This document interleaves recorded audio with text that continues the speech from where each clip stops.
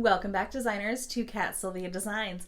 I'm Kat, and in today's video, we are making our own gemstone chain. Now, this is a great opportunity for you to practice and perfect your wrapped wire loops. You can use this technique with all kinds of beads, gemstones, pearls, even seed beads. The ingredients are really simple and the tools are basic. So let's go ahead and get into some wire wrapping.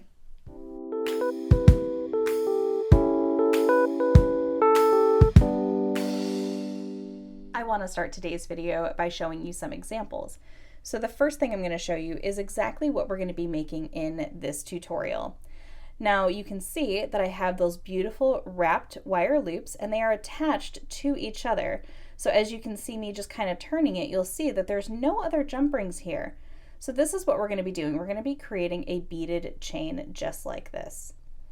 But I wanted to show you a couple other examples.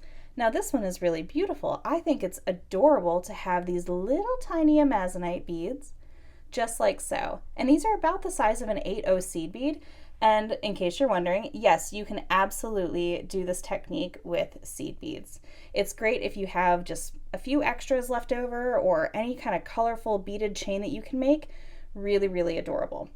So I also have this example because I wanted to show you that you can not only use copper colored wire as well, but you can use different beads in combination. So I have some coin beads and I have some oval beads here.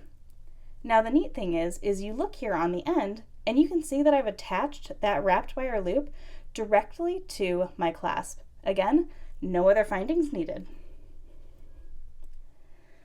Now my last example is I have this one here, and these are 5 little units here of 5 beads. So on each little section, I was able to put 5 beads there and then wire wrap those together and attach them to some different chains to create a whole new design. So without further ado, let's get into making our beaded wrapped wire loop chain.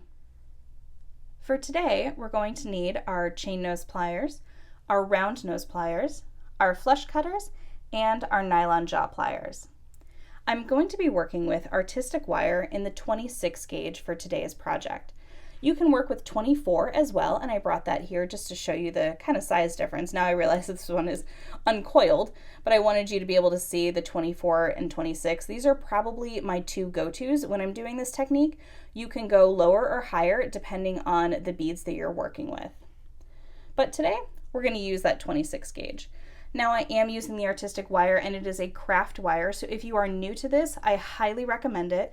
Please don't use very precious wire on this, especially when you're starting out. You're going to have a little bit of waste and I don't want that to happen to you. Okay, so the first thing we're going to do is take about 6 inches or so and we're just going to clip it off of the spool. Now you can eyeball this, it doesn't have to be exactly 6 inches. Set that wire aside. And I'm going to come in with my chain nose pliers, grip the very little end there, and take my nylon jaw pliers, and I just want to straighten out that wire a little bit. Just make it a little easier on myself. There we go. Now we have a little bit more of a straight piece of wire to work with. All right, let's begin the wrapping. So take your round nose pliers, place them about 1 inch to 1.5 inches from the end. Now remember, where you place them on these pliers is how big that loop is going to be. So if you want a larger loop, come further back. If you want a smaller loop, come further forward. So I'm going to go on my Tronex here, I'm going to go about 1/2 inch in, a little less I'd say. So just like we make a wrapped wire loop, I'm going to bend it back towards me. I'm going to wrap the top wire up and over. Now I'm going to rotate my pliers and I'm going to bring that little piece of wire across. Now this is what we would do to create that little simple wire loop, but to complete that wrap, we're going to take this piece of wire, pull it back down, and we want to get it really nice and close, up to as close as we can to our pliers. Wrap it up and over and down. And I'm going to do 3 wraps. So I'm going to go once more and around. So we really want that nice little tight wrap happening. Now go ahead and take that wire and pull it towards the front so it's almost coming up, right? Just like so. You see what I did? I'm going to remove my round nose pliers, and I'm going to sneak my flush cutters in and snip off that wire. Okay, so this is what we're going to start with here today. So we have a nice little wrapped wire loop onto our piece of wire. As you probably guessed, we are going to slide on one little bead, just like so. Now, when you're doing this, I recommend you keep your loops all going the same way, and you'll see what I mean as we create more. But for now, go ahead and come in with your round nose pliers, come in just above where that bead is. We just want to leave just enough room for those little wraps. Pull backwards towards yourself, right? Wrap that wire up and over the top. Rotate our pliers and bring that wire across, right? So now, I know we have this beautiful straight piece of wire here, but don't worry if you kind of have to grab it and it gets a little kinked, because we can straighten that out. So go ahead and just grab and pull and wrap once, twice, and 3 times. Pull it all the way up to the front, remove our pliers, and sneak our little flush cutters in there. I want to get a nice little cut there. There we go. So you can see I kind of kinked the wire a little bit. Don't worry about that. But this is what we have to start so far, okay? So we have our one little bobble there. Now, we're going to repeat a version of that. So go ahead and you can kind of straighten out your wire again. There we go.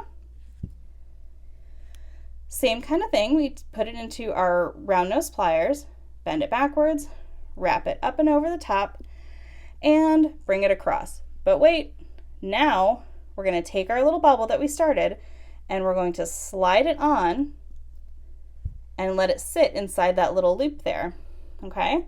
So we have it hanging from our little loop. So you can see how I've done that. Now I'm right-handed, so I like to do it this way, but if you want to have it face a different way, feel free.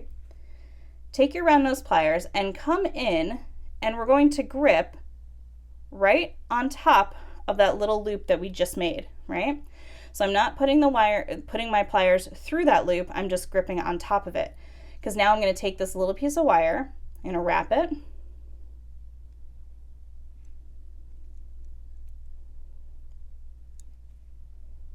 2 and 3, bring it to the front, sneak in with my pliers, with my cutters rather, and set that little piece of wire aside, right? So this is what we should have so far. Now my little piece of wire is sticking out just a little bit, so I'm going to tuck him in with my chain nose pliers.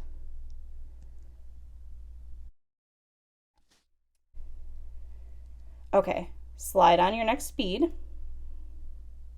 and now this should look very familiar. So again, I'm going to place it in there just above where I want those wraps to be.